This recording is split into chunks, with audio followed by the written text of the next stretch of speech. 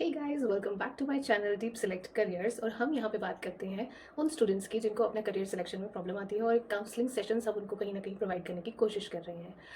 जैसा कि मेरी पिछली वीडियोस पे मैंने मेडिकल नॉन मेडिकल के बारे में बताया, इस वीडियो में मैं आपको बताऊंगी कॉमर्स के करियर ऑप्शंस। तो हम बात करेंगे फाइनेंस के बारे में, सेल्स के बारे में, मार्केटिंग के बारे में, एचआर के बारे में और इंटरनेशनल बिजनेस एंड लॉ के बारे में। तो अगर मैं बेसिक एजेंडा की बात करूं, कॉमर्स हमारा कहीं ना कहीं रिलेटेड होता है related to business and finance. और जब भी हम फाइनेंस की बातें करते हैं तो मैं अपनी फर्स्ट वीडियो में ये बता चुकी हूँ कि फाइनेंस एक ऐसा फील्ड है जो कि कभी भी खत्म होने वाला नहीं है।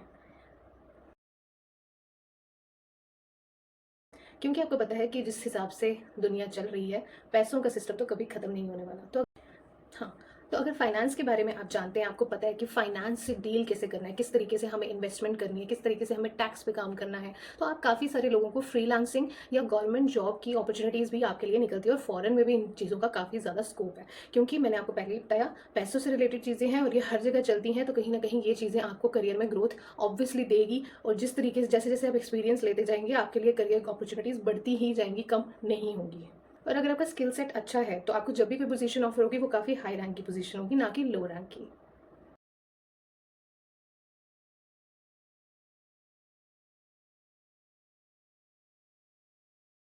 नेक्स्ट हम बात करते हैं सेल्स, मार्केटिंग एंड एचआर की। आपको पता है किसी भी बिजनेस को रन करने के लिए ये तीन चीज़ें तो बहुत इंपॉर्टेंट होती है।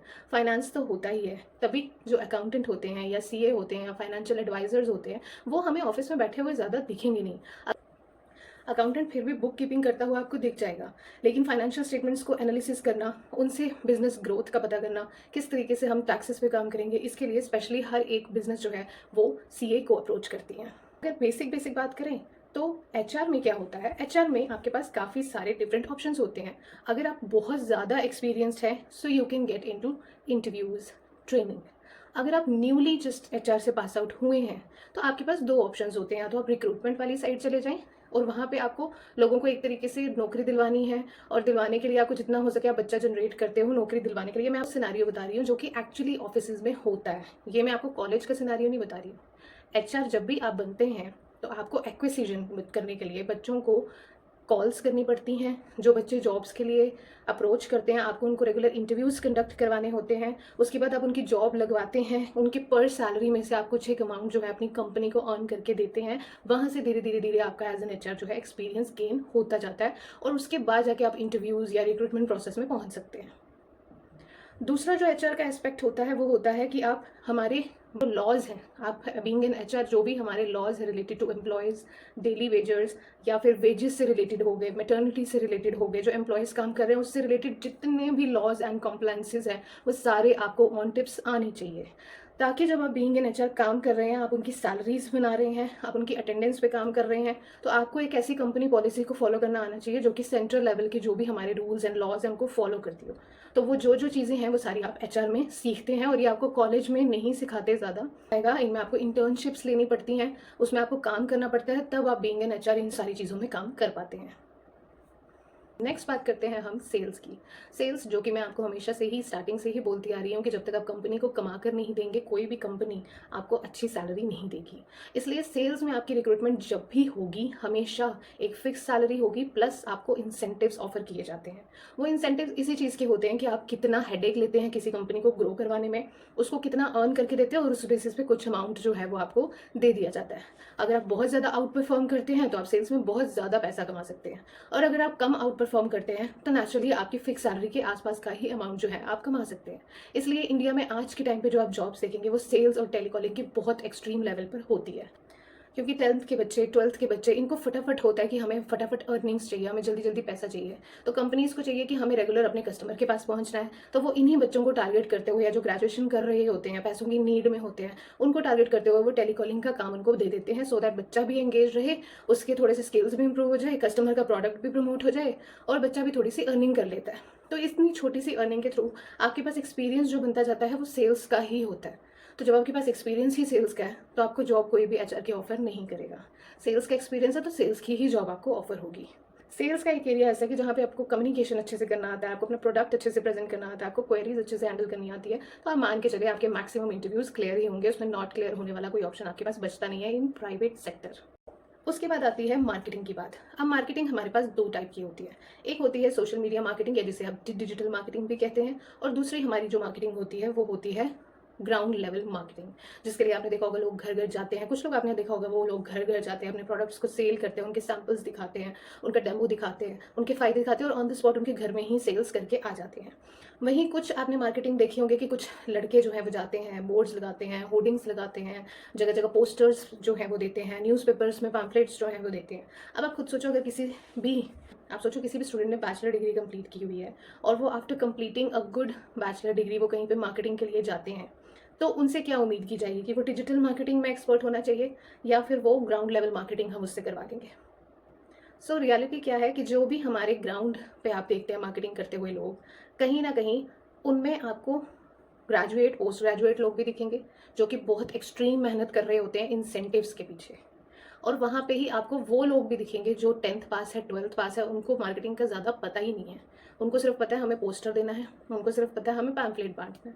उसके अलावा उनको ज़्यादा कुछ नहीं पता है कि इससे हमें कितना इंसेंटिव आएगा, कितना नहीं आएगा। जबकि जो भी एजुकेटेड होगा, जो भी एक डिग्री होल्ड करता होगा, जब वो एक प्रेजेंटेशन जाके देगा 10 लोगों के सामने, आप सेमिनार करते हो, 10 लोगों के सामने आप कोई कैंपेन लगाते हो, आप कोई स्टॉल इंस्टॉल करते हो, वहाँ पे आपके पास कस्टमर ऑन द स्पॉट आता है और वहाँ पे आप अपनी कंपनी के सारे बेनिफिट्स, प्रॉस, कॉन्स, आप क्या प्रोडक्ट्स ऑफर करते हो, वो चीज़ें जब आप एक्सप्लेन करते हो, आपके पास एक अच्छा कम्युनिकेशन स्किल होता है, तो वहाँ से आपकी डिग्री जो है वो रिप्रेजेंट होती है और उस तरीके से आपकी मार्केटिंग जो चलती है वो तब आपको मिलती है जब आप एक मार्केटिंग में एक्सपर्टीज़ लेते हो ड्यूरिंग योर डिग्री।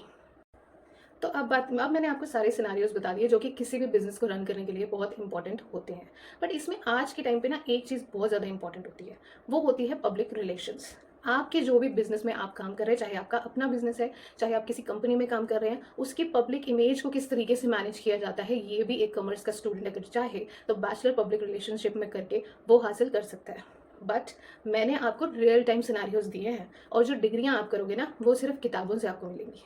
किसी भी किताब में आप उनको एनालाइज करना सीखेंगे, आप केस स्टडीज सॉल्व करेंगे, जिससे कि आपका दिमाग धीरे धीरे धीरे करके रियल टाइम सिचुएशंस को हैंडल करना सीखेगा। लेकिन जब भी फॉर एग्जांपल आप एक एचआर हैं, आपके ऑफिस में किसी को लीव पे जाना है, तो आप उसकी किस तरीके से सैलरी काटने वाले हैं, किस तरीके से उसको सिस्टम में डालने वाले हैं, किस तरीके से ऑटोमेट करने वाले हैं कि आपको हर महीने बैठ के वो चीज़ें ना करनी पड़े, ये सारे स्किल्स जो होते हैं, ये स्किल्स आपको किताबें नहीं सिखाती। अब उसी हिसाब से अगर आप सेल्स करने वाले हैं तो आपको कोई बैठ के ये नहीं सिखाएगा कि आप जब भी किसी को फ़ोन करेंगे तो सबसे पहले आपको उसको ये कहना है, उसके बाद आपको उसको ये समझाना है, उसके बाद आप उसको इस तरीके से मोल्ड कर करके अपने प्रोडक्ट्स को सेल कर सकते हैं। ये चीज़ें आपको कॉलेज में कोई भी नहीं सिखाएगा और कोई भी किताब नहीं सिखाएगी। वहाँ आप सीखेंगे नेगोशिएशंस होती हैं, उसके अलावा आपको परसुएशन करनी है, उसके अलावा सेल्स क्या है, बेस्ट टेक्निक क्या है, पर्सनालिटी क्या है, आप ये सारी चीज़ें समझ सकते हैं। बट उसको रियल लाइफ में अप्लाई कैसे करना है ये आपको कॉलेजेस में नहीं सिखाया जाता, अनटिल आपके वहाँ पे कोई मॉक हो या फिर आपको कोई इंटर्नशिप करनी हो। ऐसे ही मार्केटिंग में एनालिसिस करना, मार्केट के एनालिसिस को करना कि कहाँ पे आपका कस्टमर छुपा है, उसको ढूंढना, किस तरीके से उसको हम टारगेट करेंगे, उसके दिमाग में हमें अपने प्रोडक्ट को किस तरीके से डालना है, अट्रैक्ट कैसे करना है, ये चीज़ें आपको मार्केटिंग की किताबों में नहीं मिलेगी। जब आप एक्सपीरियंस लेंगे धीरे धीरे धीरे धीरे करके आपको ये सारी चीज़ें आती हैं। तभी आपने देखा होगा बहुत पुराने या नए इंस्टीट्यूट्स भी होंगे, आज के टाइम पर डिजिटल मार्केटिंग और आर्टिफिशियल इंटेलिजेंस के थ्रू बहुत ज़्यादा हाइप क्रिएट करते हैं और उसकी वजह से लोगों के माइंड मैनिपुलेट होता है और वो कहीं ना कहीं जो है जाकर प्रोडक्ट को बाय कर लेते हैं।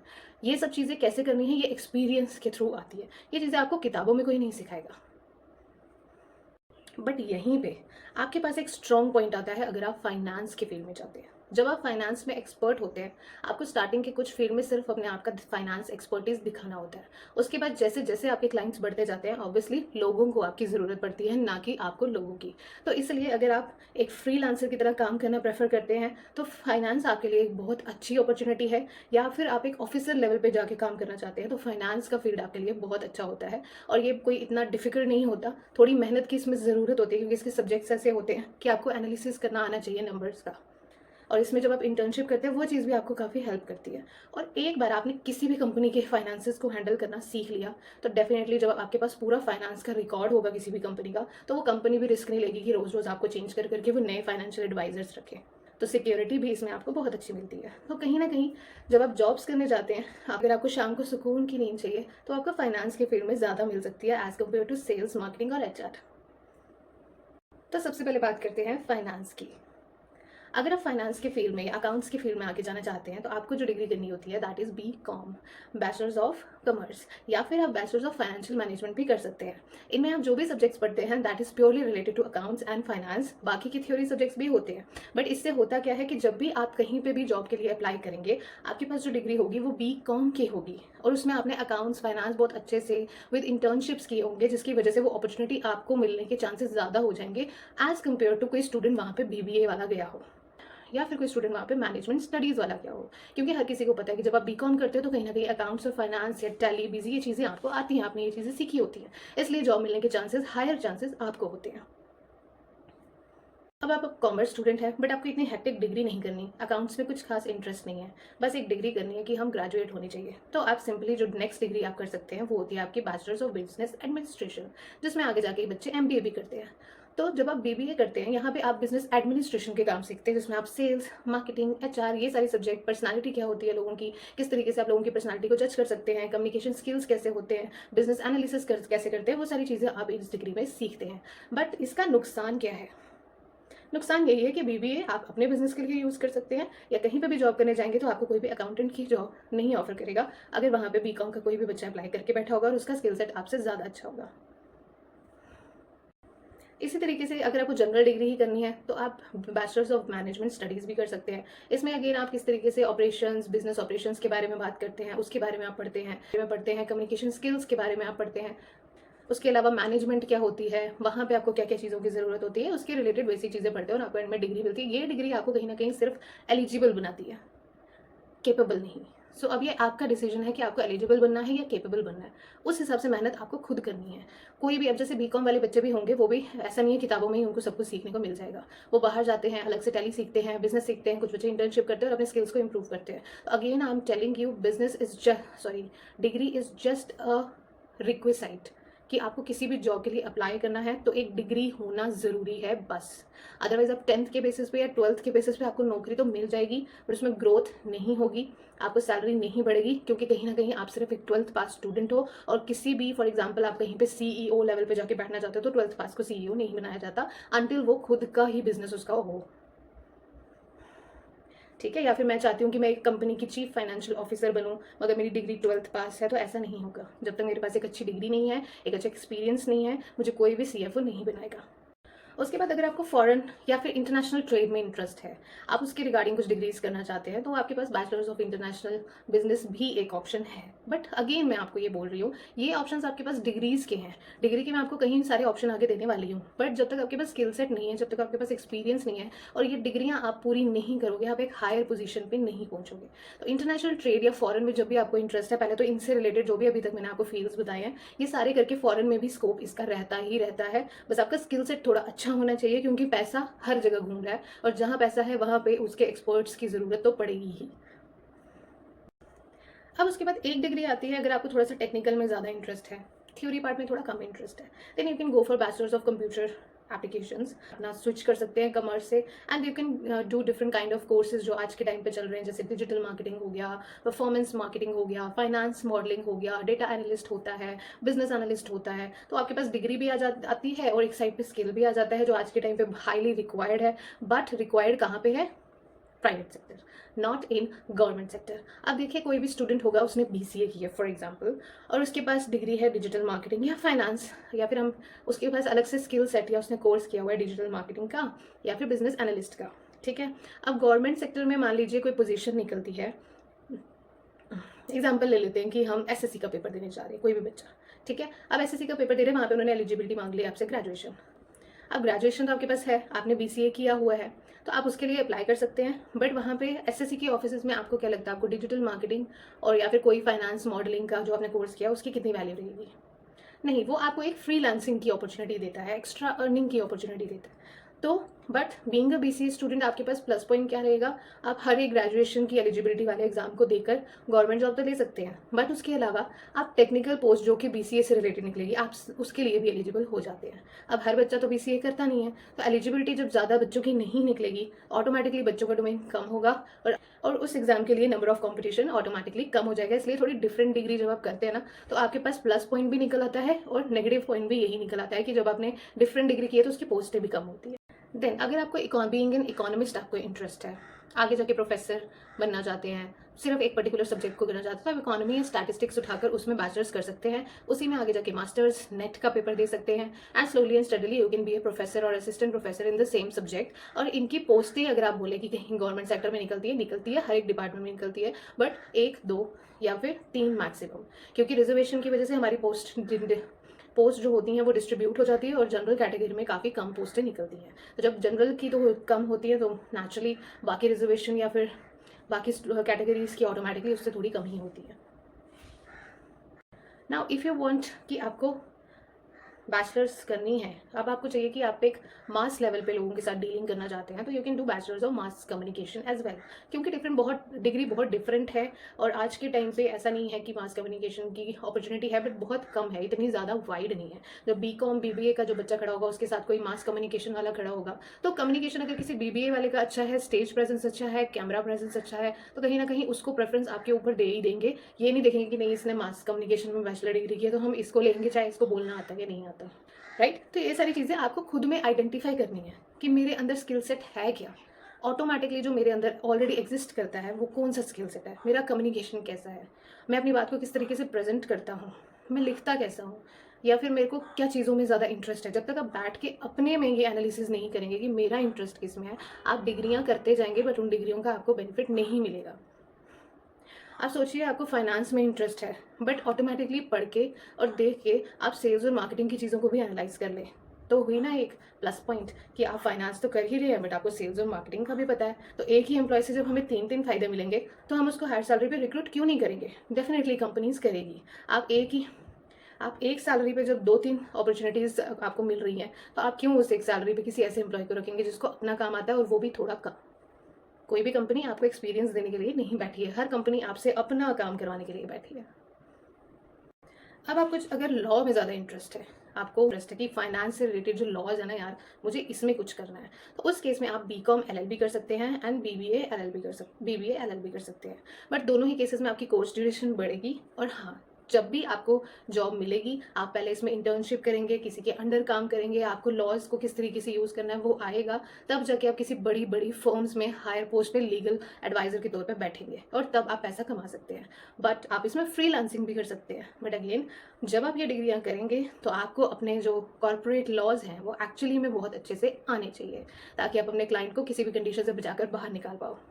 एंड लास्ट, आपको बिजनेस ऑपरेशंस की हम बात करते हैं। अगर आपको इंडस्ट्रीज़ में काम करना है या फिर आपको होटल मैनेजमेंट में जाना है, आपको होटल इंडस्ट्री में इंटरेस्ट है, या फिर किसी और इंडस्ट्री में, फॉर एग्जांपल आपको FMCG में काम करना है, या आप कोई कंपनी, कोई इंडस्ट्री है वो कहीं सेटअप हो रही है, तो आप उन जगहों पे काम करना चाहते हैं जहाँ इंडस्ट्रीज़ चलती हैं, तो उनके लिए आपके पास जो डिग्रियाँ आप कर सकते हो वो है retail management, supply management, logistics management. ये सारी चीज़ें आपको इंडस्ट्री में काम आती है। बट इन सबको छोड़ के कुछ बीच में बच्चे होते हैं, उनको होटल मैनेजमेंट में बहुत इंटरेस्ट होता है, और होटल मैनेजमेंट का अगेन फॉरेन में काफ़ी ज़्यादा स्कोप है।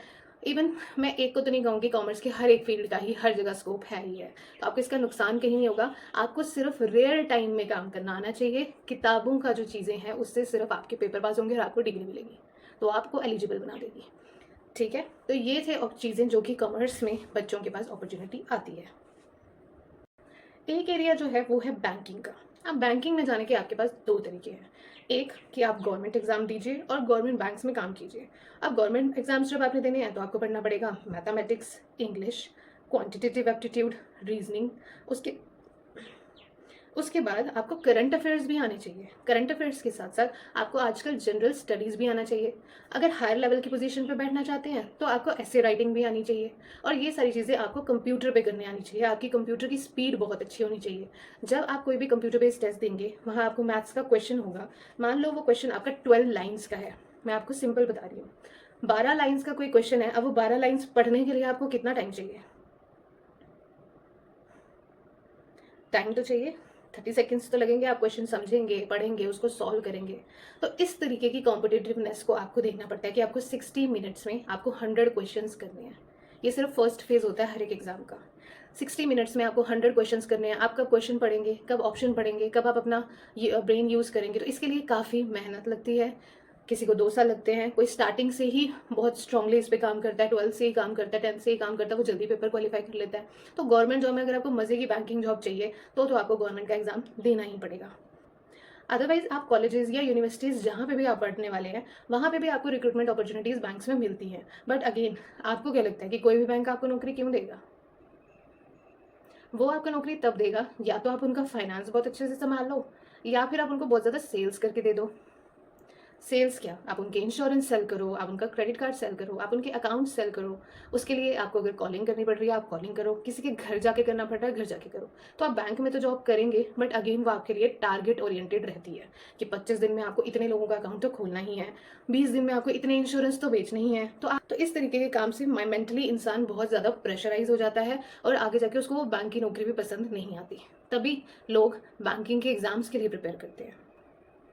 तो ये जो डिग्रीज़ थी, ये सारी डिग्रीज़ आपको मिलेंगी जब आप इनके थ्रू आप प्राइवेट सेक्टर में काफ़ी अच्छे लेवल पे काम कर सकते हैं। बट गवर्नमेंट सेक्टर में जाने के लिए ओनली सोर्सेज कॉम्पिटिटिव एग्जाम। वो आगे जब मैं गवर्नमेंट एग्जाम्स के बारे में बताऊंगी तो उस टाइम पे उसका सिलेबस में सेपरेटली डिस्कस करूंगी कि किस तरीके से हम गवर्नमेंट एग्जाम्स को टारगेट करते हैं। बीइंग अ कॉमर्स स्टूडेंट आपको क्या फ़ायदा होता है कि गवर्नमेंट के किसी भी डिपार्टमेंट में, आपकी स्टेट की गवर्नमेंट में किसी भी डिपार्टमेंट में, या फिर हर एक डिपार्टमेंट में, चाहे वो हॉस्पिटल से रिलेटेड हो, एजुकेशन से रिलेटेड हो, हर जगह उनको फाइनेंस या अकाउंटेंट तो चाहिए ही चाहिए होता है। उसके अलावा आज के टाइम पे जब तक आप अपनी चीज़ों की मार्केटिंग नहीं करोगे, आप दुनिया में दिखोगे ही नहीं तो बिकोगे कैसे? इसलिए digital marketing, social media marketing और फाइनेंस या अकाउंट्स, ये 4 चीज़ें ऐसी है जिससे आपको नौकरी मिलेगी ही मिलेगी। और जब आप गवर्नमेंट जॉब के लिए अप्लाई करते हैं, काफ़ी सारी ऐसी अपॉर्चुनिटीज़ भी निकलती है जहाँ पे डायरेक्टली सिर्फ और सिर्फ कॉमर्स के स्टूडेंट्स जो हैं वो एलिजिबल होते हैं। तो उससे क्या होगा, आपकी जो पोजीशंस निकलेंगी, आपको कोई भी बच्चा नॉन मेडिकल, मेडिकल या ह्यूमैनिटीज़ का कंपटीशन देने नहीं आएगा। आपका competition with in your own domain होगा। बट जब भी कोई पोजीशन निकलेगी जहाँ पे लिखा होगा ग्रेजुएशन इज़ रिक्वायर्ड, वहाँ पे आप ऑटोमेटिकली एलिजिबल हो जाएंगे। तो हुई ना प्लस पॉइंट?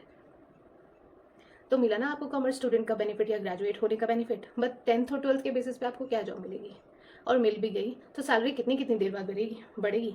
इसलिए मैं बोलती हूँ graduation is very important. 10th और 12th के बेसिस पे जल्दी पैसा कमाने के लिए आप स्किल्स ज़रूर ले सकते हैं, जैसे कि video editing, performance marketing, social media marketing, content creation. ये सारी चीज़ें अगर आप साइड बाय साइड सीखना चाहते हैं, इससे आप पैसा बना सकते हैं फ्रीलांसिंग से। बट कब तक ऐसा करके अपनी लाइफ चला लोगे? अभी आप 18 ईयर्स के हो, 17 ईयर्स के हो, 20 के हो, आपके ऊपर कोई रिस्पॉन्सिबिलिटी नहीं है, आपकी कोई वाइफ या हस्बैंड नहीं होगा, आपके पेरेंट्स अपनी अपनी जगह अर्न कर रहे होंगे, आपको अभी उनका फाइनेंशियल बर्डन नहीं उठाना है, अभी आपको कोई इंश्योरेंस नहीं करवाना होगा। बट जब आप 22 साल के हो जाओगे तब भी आपके ऊपर जिम्मेदारी पड़ेगी, बट थोड़ी सी कम। उसके बाद जब आप 25 के हो जाओगे, आपको खुद के ही एक्सपेंसेस इतनी होंगी कि आपका मन करेगा मैं जॉब करूँ। आपको कहीं जाना है, अगर आपको कंटेंट भी क्रिएट करना है, आप जगह जगह जाएंगे, आप उसमें एक्सपेंस करेंगे, आपको कहीं ना कहीं इन्वेस्ट करना है, वो सारी चीज़ों के लिए आपको पैसा चाहिए होगा। उसके बाद जब भी आगे जाके आप मैरिज करेंगे या नहीं भी करेंगे, आप एक 30 ईयर्स के हो जाते हैं, आपके काफ़ी ज़्यादा ड्रीम्स होंगे। किसी को गाड़ी लेना पसंद है, किसी को आईफोन लेना पसंद है, किसी को डिफरेंट टाइप ऑफ गैजेट्स पसंद है, किसी को अपने घर को बनाना पसंद है। ये सारी चीज़ें करने के लिए आपको पैसे की रिक्वायरमेंट है। तो एक 10th और 12th के बेस पे की गई जॉब कभी भी आपके बड़े बड़े सपने पूरे नहीं कर सकती। उसके लिए आपके पास एक अच्छी डिग्री और एक अच्छा एक्सपीरियंस होना बहुत ज़रूरी है, ताकि जब आपके पास इनकम आए, और सोचिए आपके पास इनकम आ रही है और आपको उसको बढ़ाना आता है, तो सोने पे सुहागा हो जाएगा।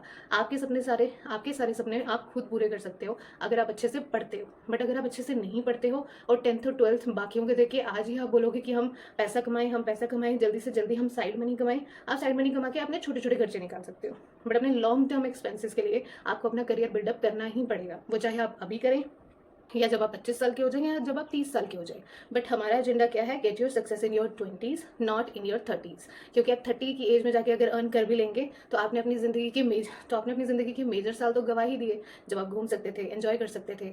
बट अपनी इग्नोरेंस की वजह से, जल्दी पैसा कमाने की वजह से आप वो अपॉर्चुनिटीज मिस कर देंगे। और जब आप 28 और 30 साल के हो जाएंगे तब आप बैठ के सोचेंगे कि अब मैं ऐसा क्या करूँ जिसकी वजह से मेरी इनकम ज़्यादा हो।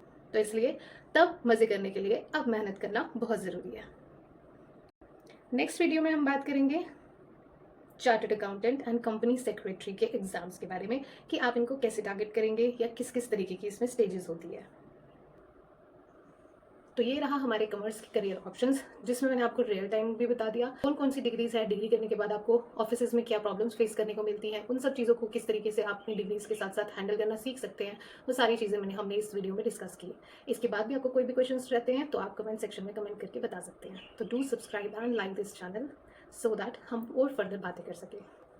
And the most important thing, ये डिस्कशंस हम इसलिए करते हैं ताकि आप वो मिस्टेक ना करें जो कि हमारी जनरेशन ने की है।